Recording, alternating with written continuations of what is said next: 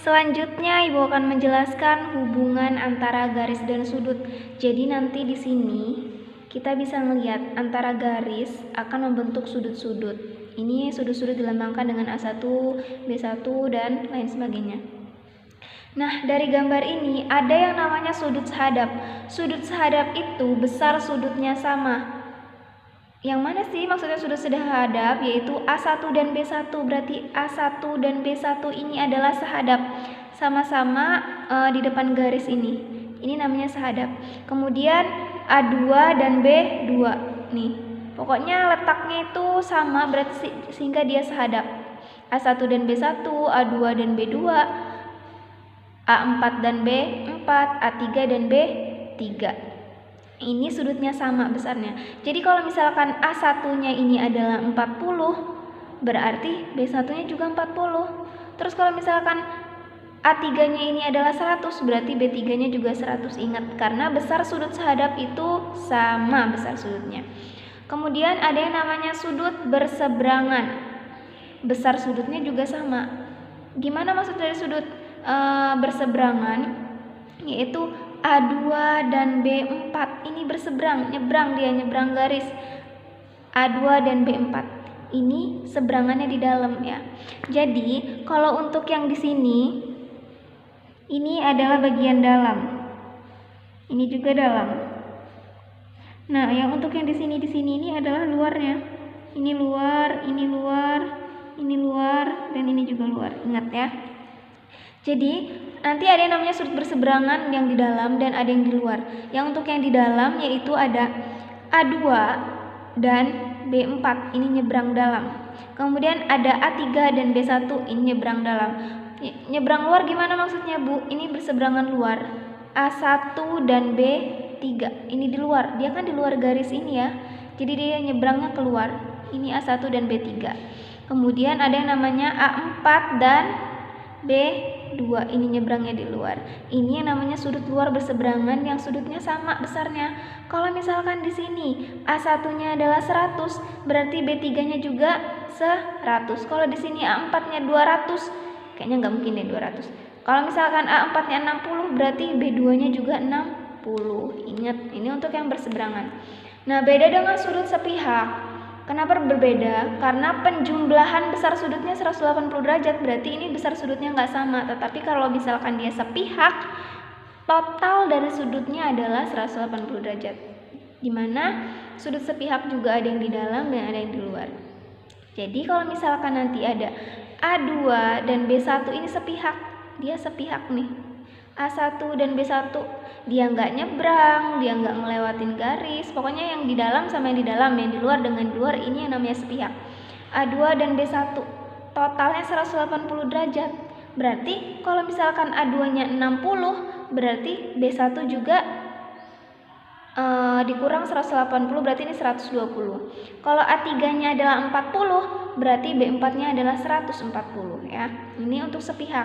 Kemudian di luar ada A1 dan B2 dan A4 dan B3. Ingat, sepihak itu jumlah besar sudutnya 180 derajat. Ingat ya. Nah, kalian kalau misalkan nanti ada gambar seperti ini nih, bisa kalian pakai. Nah, kalau misalkan nanti gambarnya seperti ini, ya sama aja. Kalian tinggal letakkan AA-nya. Berarti kalau sepihak itu gimana? A2 dan B1, A3 dan B1, A1 dan B2. Nah, kalau kalian sudah paham konsep ini, konsep dari gambar pertama, mau gambarnya dibolak-balik gimana pun, kalian pasti paham tentang hubungan antar garis dan sudut. Nah, contoh selanjutnya yaitu tentukan nilai X, Y, dan Z. Nah, kita hanya menentukan ini, X, Y, dan Z. Caranya, kita bisa lihat, karena ini adalah sudut berpelurus, berarti sudut berpelurus itu jumlahnya berapa? 180 derajat, berarti ini adalah 110, ya. Nah, ini juga sudut bertolak belakang nih.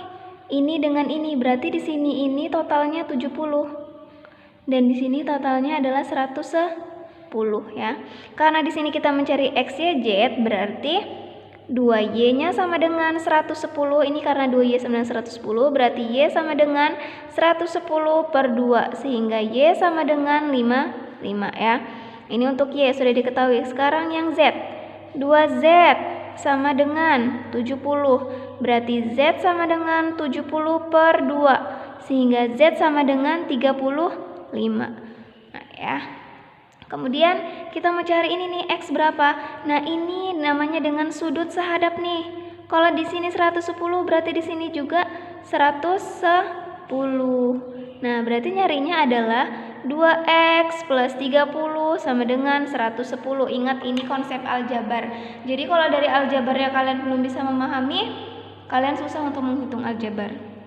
Jadi bisa kalian perhatikan yang ada variabel yang kita taruh di sebelah sini, sehingga yang gak ada 110 dikurang 30 kok bisa dikurang, sedangkan ini ditambah karena dia pindah ruas dari positif menjadi negatif. Kalau di sini negatif berarti menjadi positif, sehingga 2X sama dengan berapa? 80. X-nya sama dengan 80 per 2, sehingga X sama dengan 40. Nah, ini adalah untuk konsep-konsep mencarinya. Ingat ya, ini sudah 110, berarti ini juga 110 bertolak belakang. Nah, kalau ini dan ini kan namanya dengan sudut sepihak. Ya. Sudut sepihak itu totalnya 180. Berarti 110 ditambah berarti di sini 70. Nah, di sini juga 70. Ingat ya. Ingat. Nah, untuk contoh yang ketiga ini, dari gambar ini mungkin kalian harus lebih memahami dari ini. Kalau kalian masih bingung dengan ini, pasti kalian bingung juga dengan mengerjakan ini. Jadi kuncinya adalah kalian memahami ini. Oke, sebutkan sudut yang sehadap dengan sudut BCD. Sudut ini dan sudut EAD, berarti sudut ini. Mana yang sehadap? Oke. Kemudian dan tentukan besar sudut DAE, besar BCE dan AD. Oke. Berarti yang sehadap dengan sudut BCD, tadi kan yang ditanya BCD, sudut BCD ini sehadap dengan sudut mana? Kan ini B, C, D. Sehadap dengan sudut mana sih sudut ini nih? Karena ini berarti ini sehadap dengan sudut ADE, sudut ini, ya enggak sehadap ya. Sehadap itu kan kayak gini nih, ini dan ini, ya, ini dan ini sehadap namanya. Berarti sehadap dengan sudut ADE. Kemudian sudut apa lagi yang ditanya? EAD, sudut EAD. EAD sudut ini katanya. Sehadap dengan sudut mana? Sehadap dengan sudut ABC. Ini sehadap dengan ini ya. Benar ya, sehadap nih. Karena dia di sini di garis, pinggir garis juga. Kemudian tentukan besar sudut DAE. Sekarang kita suruh menentukan besar sudut DAE. Karena DAE ini sehadap, ya DAE, A ini kan, karena DAE sehadap dengan sudut